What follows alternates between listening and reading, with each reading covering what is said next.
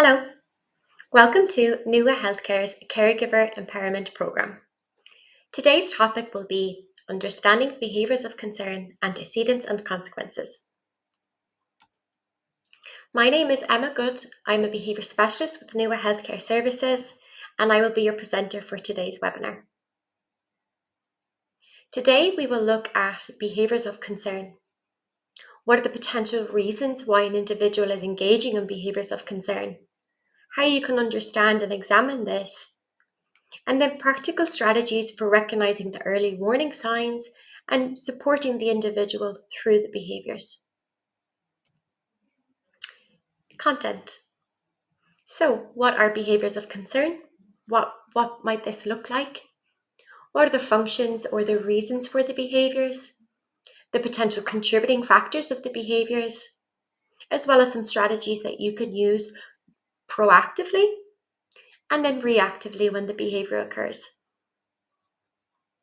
What are behaviors of concern? Behaviours of concern can include behaviours which impact on the health and safety of an individual or on the people around them. Some examples of that might be harming themselves or harming others. It might also include behaviours such as damaging items in their environment, perhaps they're throwing, breaking things around them, or maybe out and about if you're in the community and they leave the caregiver and they run away from them. Behaviours of concern, however, can also include behaviours which impact on the quality of life of an individual. Behaviours which impact on their ability to do the things that they love, activities that they find meaningful with the people that they care about. Many people engage in behaviours of concern. However, you might find elevated and more significant levels with individuals who have communication difficulties or emotional regulation challenges. Understanding functions. Functions of behaviour look to explore the need underlying that behaviour. What purpose is this behaviour serving for the individual? What need is it communicating?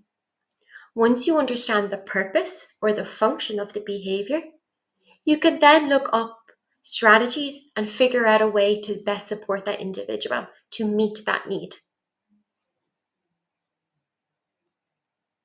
Functions of behaviour. Functions of behaviour can be looked at in 4 broad categories. Sometimes it's all 4, sometimes it can change, sometimes it's one and sometimes it's another. We will go through each of these 4 functions now. The first, attention. Humans are social creatures and the relationships that we have with others are extremely important. Some individuals might find it difficult to initiate and to build that relationship with others. Generally, many people have skills in terms of initiating a relationship and maintaining a relationship. They might be able to communicate their needs to others and to their caregivers. However, sometimes you might find the individuals with communication deficits or other emotional regulation challenges might not be able to express the type of comfort or reassurance or love that they need at a given moment. Sometimes they might really struggle with a particular relationship dynamic. They might really struggle if a caregiver is supporting another person and if they're not able to get that support immediately. So some examples that you might see here is a child crying when a parent leaves a room, or if a caregiver looks to support a sibling, one other child might get quite upset about that. What you might find here is that individuals generally just find it difficult in regards to seeking and maintaining that contact with other people. And what you find is that there are occasions where individuals engage in behaviours of concern because they have learned that this is how I recruit the support that I need. The main fundamental strategy here is looking at their communication style. How does that person communicate their needs? Are they able to ask and initiate contact with others? Are they able to gain the attention of a teacher, of a support worker, of their mum or dad? Are they able to Ask them and specify what type of reassurance or comfort or attention that they need from them. The other part there is really looking at the relationship that that person has with those around them and the social connection that they have. Are relationships meaningful for them? Look at quality time and ways that you can nurture and expand and build on that relationship. And support them to identify that you're there as a support network and that you can give that regular time with them. Another reason why an individual might engage in behaviours of concern would be to get their needs met. Many of us have many sophisticated ways of expressing our needs and our wants. Basic needs can fall under this category, so sleep, food, drink, water, whatever it might be, physical activity. Other activities or items could include general preferred things, like a specific iPad, toys, a specific activity like a drive or a park at the cinema, specific types of food or different types of food. What we might find is that individuals, particularly those with communication difficulties, might not have a very robust way or reliable way of communicating their needs to others. Some examples here would be a person beginning to scream and kick when they see a McDonald's sign, or someone who's playing with a preferred iPad or a preferred laptop, and they really don't want that and they want to play with this. Another one here, a person throws themselves onto the floor and bangs their head when they're told it's time to leave a preferred place. The big piece here really, again, similarly to the one beforehand, is their communication. Do they know how to ask for what they want and what they need? Do they know how to request it from other people? Can they initiate that contact and approach a caregiver to ask them what they want? Or when they're asked, are they able to respond and tell someone? Are they able to ask for something different if they change their mind? You're looking at that communication and how they're able to express that. Are they able to, the other side of that as well though, are they able to tolerate it? And do they have the skills to wait for the item? Do they have the skills to accept if something isn't available immediately, like the McDonald's sign? Do they understand that, okay, I can't have McDonald's right now and I'm okay with that? Some other helpful strategies here is, okay, are they able to ask for more time? If they're not ready to leave an activity, if they're not ready to end a preferred item, do they know how to say, I need 5 more minutes, please? Another general strategy which might be helpful here also is the use of visual supports, the use of activity schedules and routines to communicate to the individual when an activity is available, when a specific item is available, and when it's next available. So like the McDonald's sign, okay, we can have McDonald's right now. However, first we'll end up going to the park and then we'll have McDonald's. McDonald's is coming. It's later.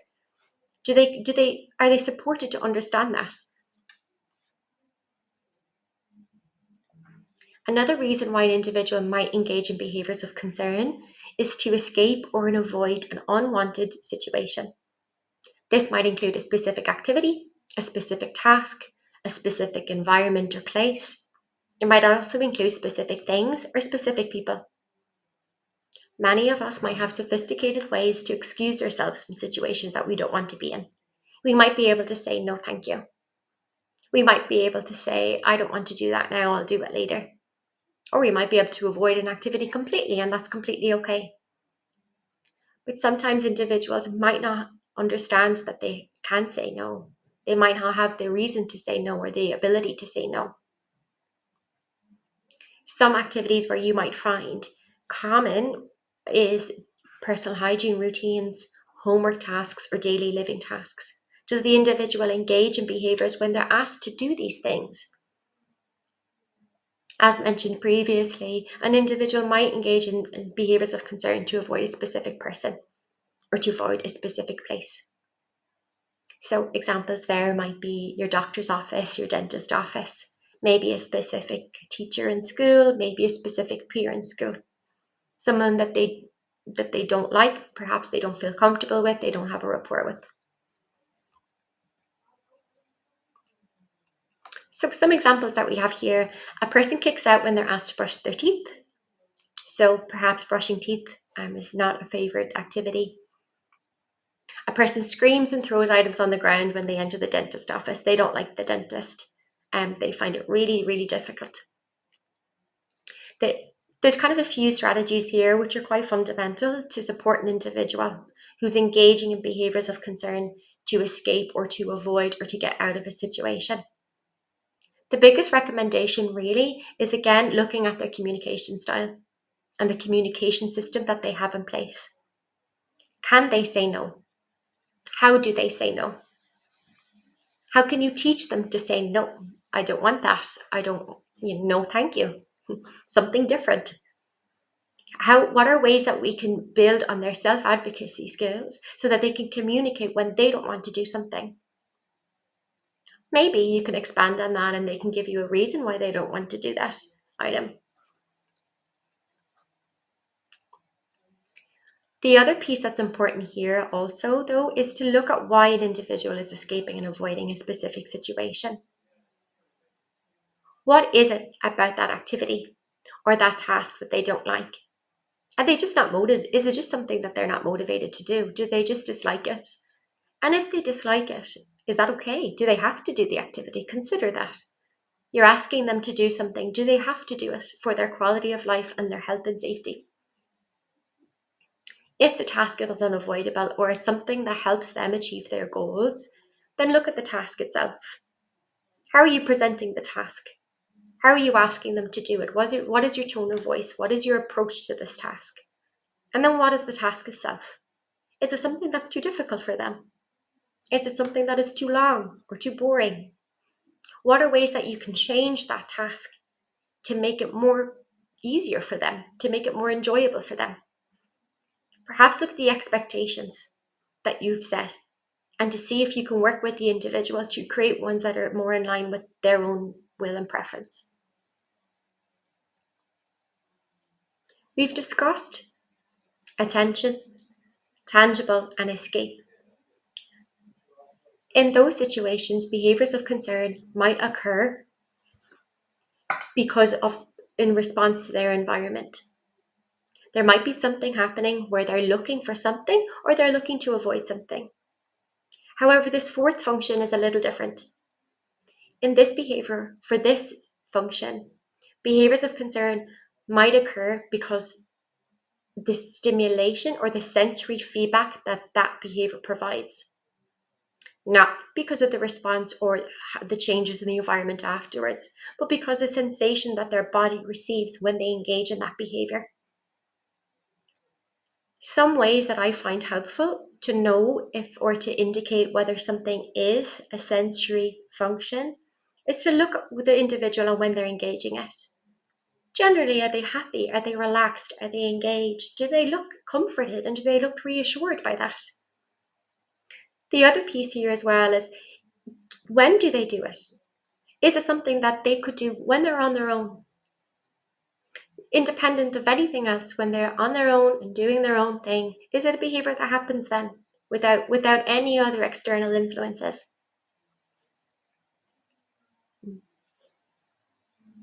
Again, it's worthwhile to consider what is a behaviour of concern and what isn't.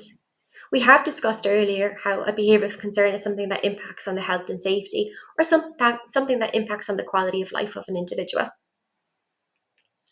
So if you suspect an individual is engaging in a behaviour because of the sensory feedback, it's important to ask yourself, okay, is this a behaviour of concern? Is this something that impacts on their health and their safety or their quality of life? Some examples of that might include, hand flapping or stimming. Does that behaviour harm anyone? Does it impact on them or their quality of life? Potentially not. A high likelihood is that something like that might not. So let's look at, okay, if that behaviour is okay and if that is something that they enjoy and they receive a good feedback from that, then allow them a time, allow them the space, give them that energy and give them that support and reassurance that that's okay. However, what we might find at times that an individual engages in a behaviour of concern that does impact on their safety and that does impact on their quality of life. in those situations, what we might see is potentially a self-harming behaviour, or potentially a breaking items in their environment. So using the second example there, maybe they're throwing items in their environment because they like the sound, or they like to see the glass shatter. Okay, so the need there is potentially that feedback that sound or that visual is giving them. But potentially that has the risk of causing injury to themselves. The main strategy, I guess, here would be to look at their sensory profile and to seek support from an occupational therapist where they can give you information on the sensory needs of your individual and how you can best support them to meet that need.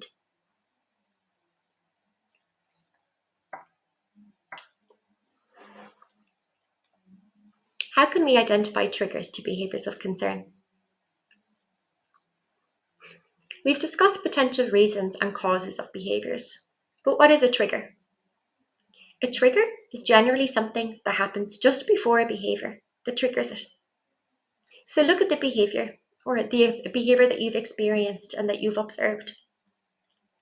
What happened just beforehand? Where was that person? Who were they talking to? What did that person say to them?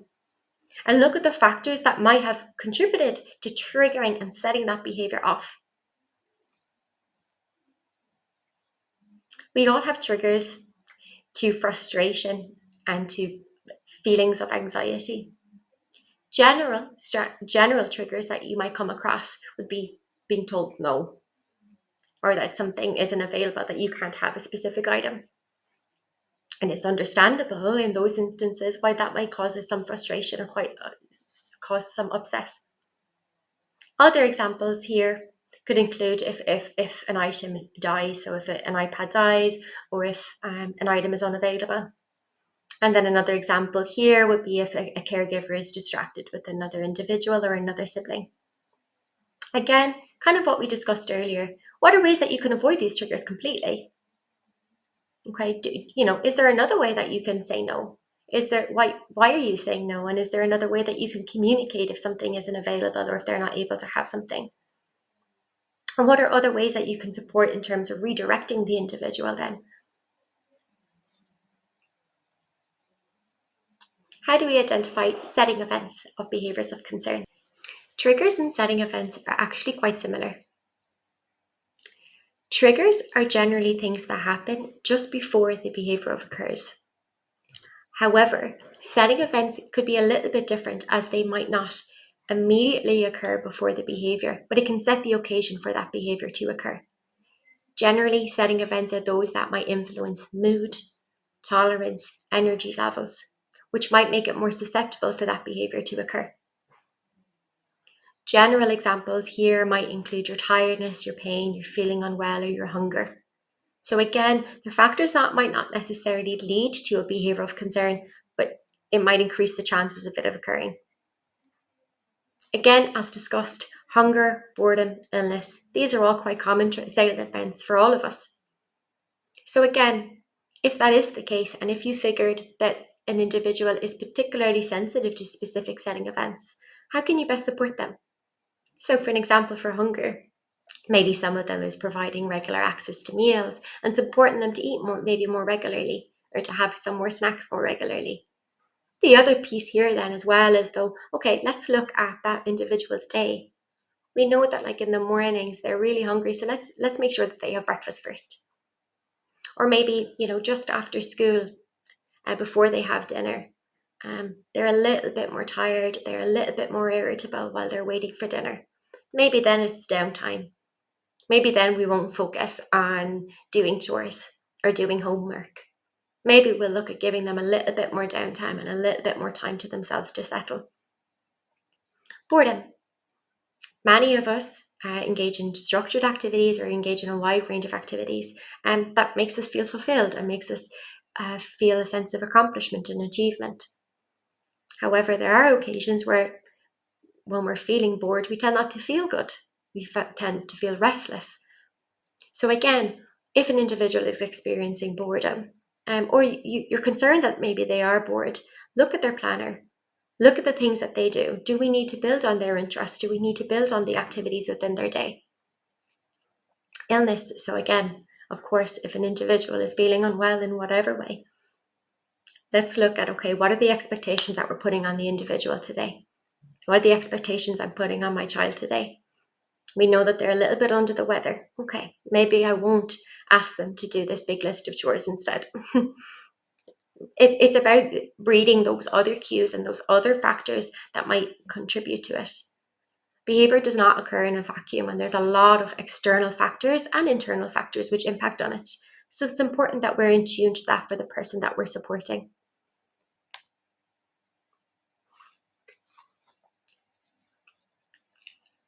How do we identify warning signs? Precursor behaviours are also called warning signs. Precursor behaviours can occur directly before a behaviour of concern. Generally, precursor behaviours are those warning signs that indicate to you that something is not right, that that individual is becoming upset, they're becoming frustrated, they're not happy. Not all of us have those warning signs, the individual or the child that you're supporting. Maybe they don't have those warning signs, maybe they escalate quite quickly. But what you'll find is as you get to analyse and assess and look a little bit deeper into behaviours, you'll see that oftentimes there is a lot of those warning signs. You might see a dip in the mood, you might see them becoming more withdrawn, or you might see them to be a little bit more irritable and a little bit more anxious. Precursor behaviours might not always be reliable, but they are very specific to the person. You, as the caregiver, are likely to know that individual better than anyone else. So again, looking at their form, how are they that day? And what are the little cues that they're signalling to you that something isn't right? So again, some examples here might be a change in a facial expression. Okay, maybe they're a little bit more anxious. Maybe they're seeking a little bit more extra reassurance from you on a specific topic. Other examples could be saying, no, I don't want to go here, I don't want to do that, or crying or becoming upset. Otherwise, oftentimes similar to behaviors of concern, your precursors are communication. They're communicating to you that I'm not happy, or this is my way of communicating and expressing that I don't feel okay. What are the ABCs of behaviors of concern? Antecedent, behavior, and consequence. They are your ABCs of behavior. We've discussed already so far the functions of behavior, so the causes of the behavior. What are the potential factors that impact on behavior? For here, your ABC, your antecedent is something that happens immediately before a behavior occurs. So again, what we've just discussed in regards to the trigger and the setting event also. So a setting event or a trigger that contributes to behavior occurring. The behavior itself then here might be your precursor behavior, and then the behavior of concern. And then your consequences. What happens? What is the need that is met through that behavior? What happens to the environment? What happens to that individual and the people around them in response and after they engage in that behavior? So again, an example here. A parent provides attention to a sibling, attends to the need of another sibling, perhaps a younger infant or what have you. The initial child, hits the sibling. They become quite upset. They hit the sibling, they push him over. After that, the parent refocuses back to the first child, tells them not to be hitting, don't be doing that. Okay, you can play, let's all play together. What just happened after that consequence, or what just happened after that behavior? What was the response after the behavior? ABCs. So again, once we know what happens before the behavior, and once we know the need that that behavior serves, so the environmental changes that happen after the behavior, we can then understand the function. We can then look at understanding the root cause of the behavior and what that behavior serves for that person. Again, how can you figure out what the ABCs are? Where do you start with this? Again, you'll take the behavior, so the behavior of concern that you're experiencing at home or the behavior that you've seen. Try to look at it as it is. Okay, this person has just hit someone, or they have just thrown an object. What happened just before that? What were they doing? What activity was going on at the time? Who was in the room? Did anyone say anything? What were people talking about?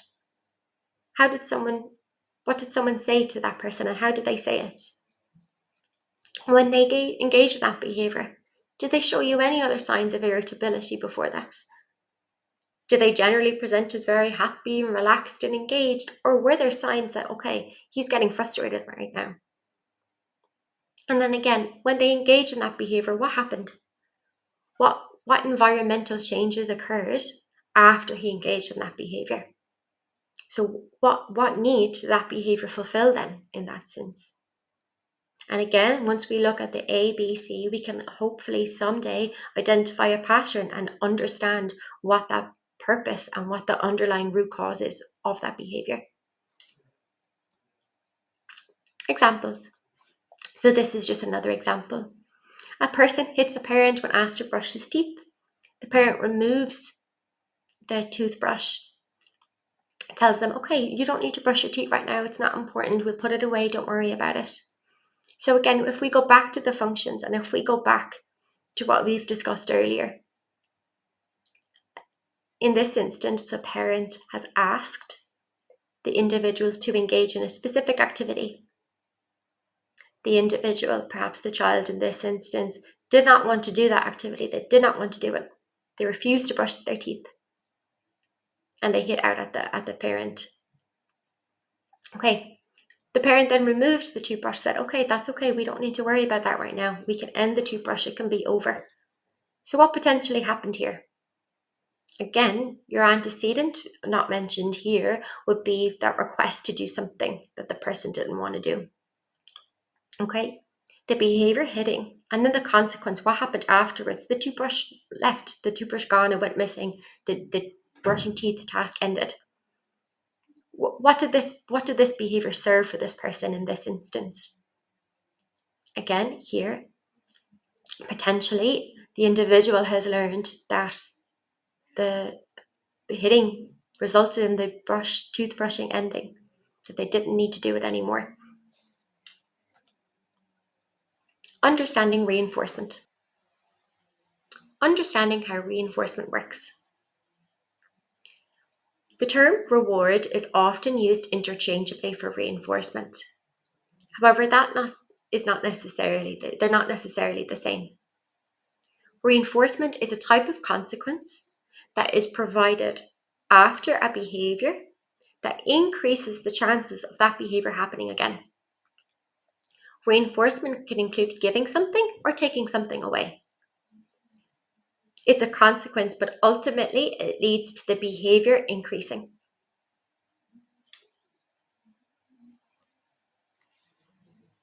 So, an example of this reinforcement. Your child gets a certificate of Student of the Week from their teacher at school. She got this because she did her homework every day and engaged very well in class.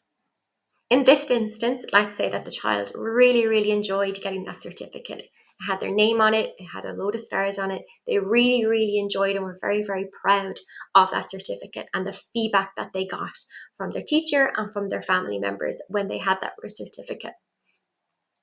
That certificate provided to that child for engaging in their schoolwork. And if it's something that they really, really enjoyed, chances are, if that child has an opportunity to earn another certificate someday for another week, chances are they're going to do it again. Chances are they're going to continue to do their homework and to continue to attend school every day and to work hard if there's a chance of receiving the certificate again. Again, another one here, if your child responds really well to tickles or praise or particular type of game with you, and that you really, really focused on playing that game or giving that interaction associated with brushing teeth or right after brushing teeth. Chances are you're going to make brushing teeth a little bit more enjoyable, but also if they know that, okay, every time I brush my teeth, I know that I get to be tickled by mom and we get to play this big scary game that I love. Chances are I'm going to keep brushing my teeth because I love it so much and it results in all this fun stuff that I really like.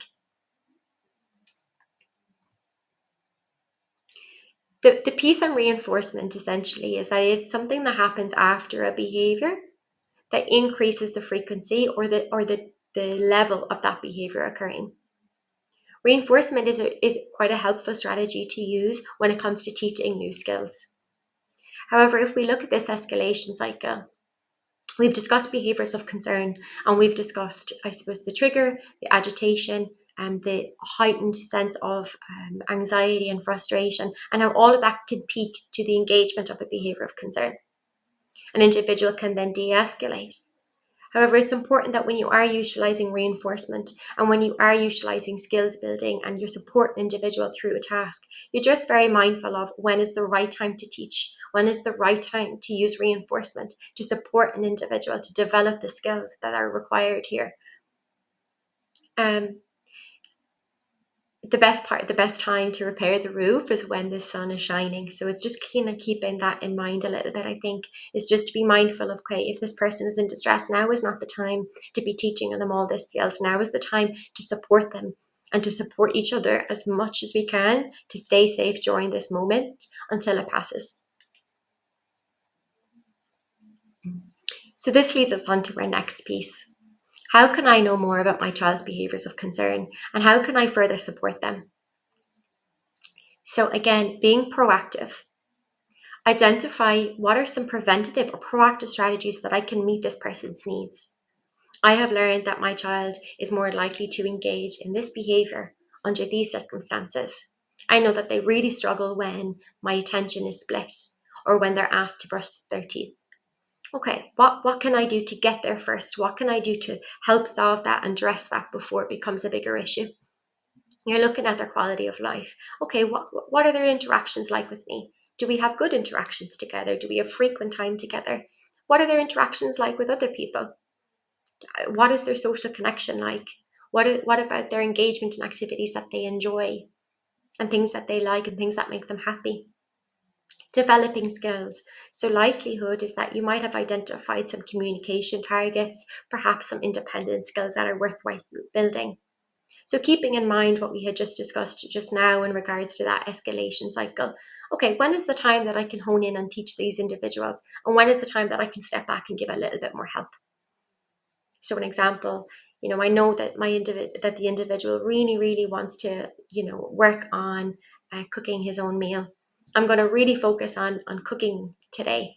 But I know that he's a little bit hungry at the moment, and I know that he's a little bit anxious because of all these other factors that are going on in his life. He's not feeling the best. So maybe we'll cook something a little bit easier. Maybe I'll step in a little bit more today. Again, modifying the environment. So, okay, what can we do to build up this person? How can we set them up for success? What supports and environmental factors and systems support that individual best? Do they respond really well when things are quiet, when the house is quiet, when the lights are off maybe? Or is there specific visual support or specific visual routine or specific way of asking and approaching an individual that works best for them? How am I ensuring that the environment is suited to them? And again, I think a really big kind of piece here is that consistency piece, that predictability piece, incorporating structure, stability, and routine, incorporating their interests, incorporating what they're motivated to do, ensuring that it is something that they want to work on, and ensuring, or perhaps if it's not something they're overly motivated by, they understand and they're open to the reasons why. And again, as I had just mentioned, looking at other visual cues such as timers, etc., to kind of support individuals through routines and through expectations.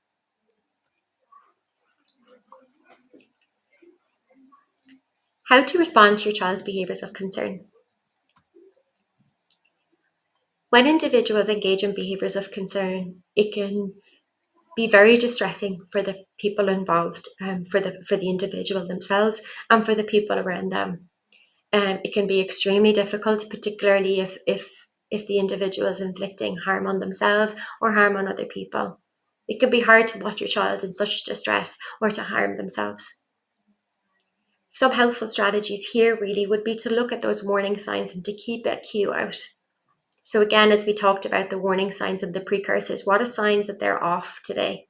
What are signs that they're a little bit more agitated or a little bit more stressed or anxious? How can I respond to that? How can I give support to that? How can I get in there early and intervene and give them that support that they need then before waiting? And even as we discussed earlier, okay, I know this person is a little bit more anxious today, so I'm going to go a little bit easier. I'm going to help them out a little bit more. I'm not going to ask too much of them for chores or homework, etc. today. When an individual is presenting with agitation, generally speaking, they're really overwhelmed at this point. It's often too late to do anything around skills teaching, around trying to get in there.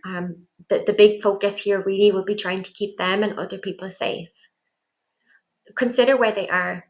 Is the environment busy? Is it overstimulating for them right now? Do they need some time alone with you or with someone that they trust to support them through their emotions and to support them to regulate?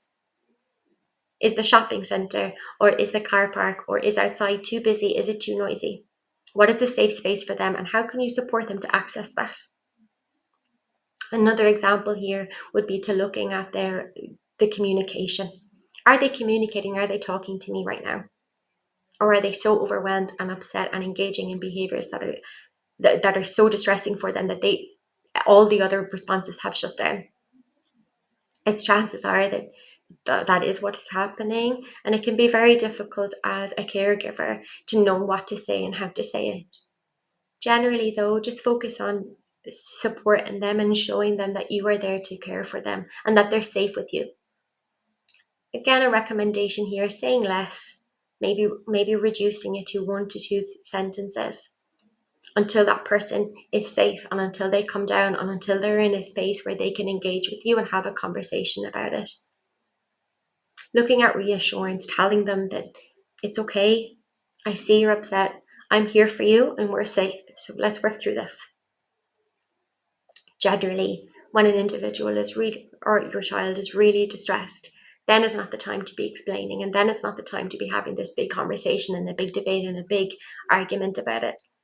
You're looking at, okay, we're both getting quite frustrated now. How can we bring it down so that we're engaging safely with each other? And again, calming strategies. So what is good for them? And again, linking in with your occupational therapist here, if you're seeking the supports and guidance from one, what are some things that help bring their nervous system and to calm their nervous system and to bring them back down again?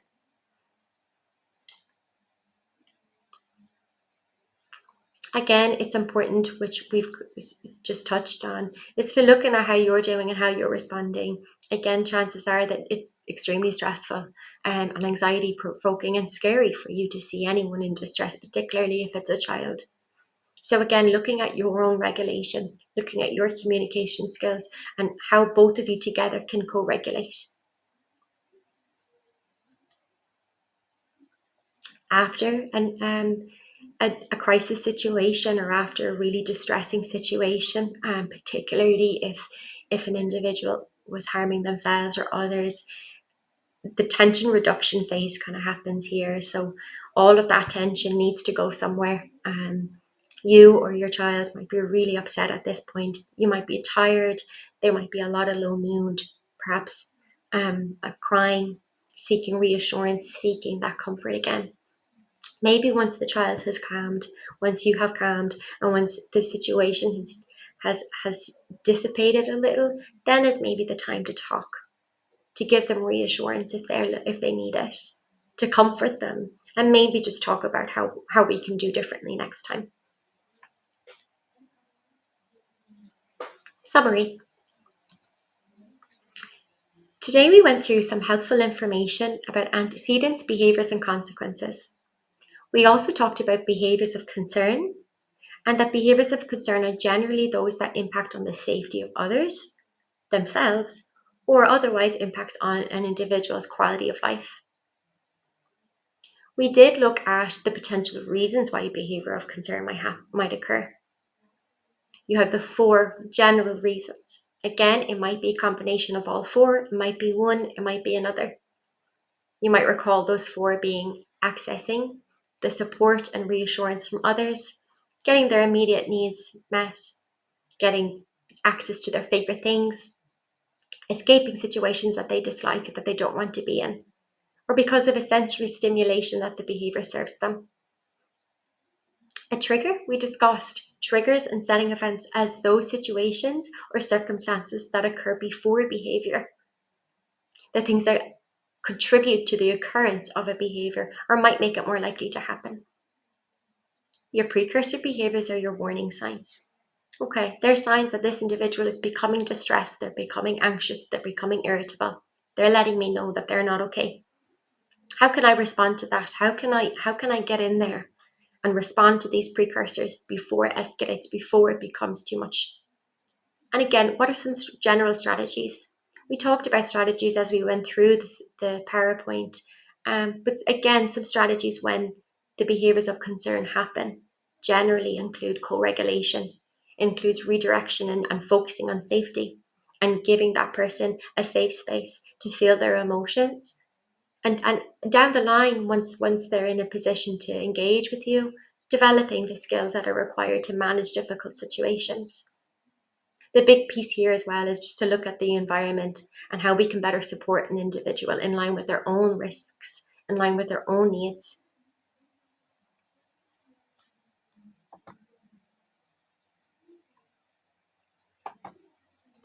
Thank you for your time and attention during today's webinar. We hope you found it helpful.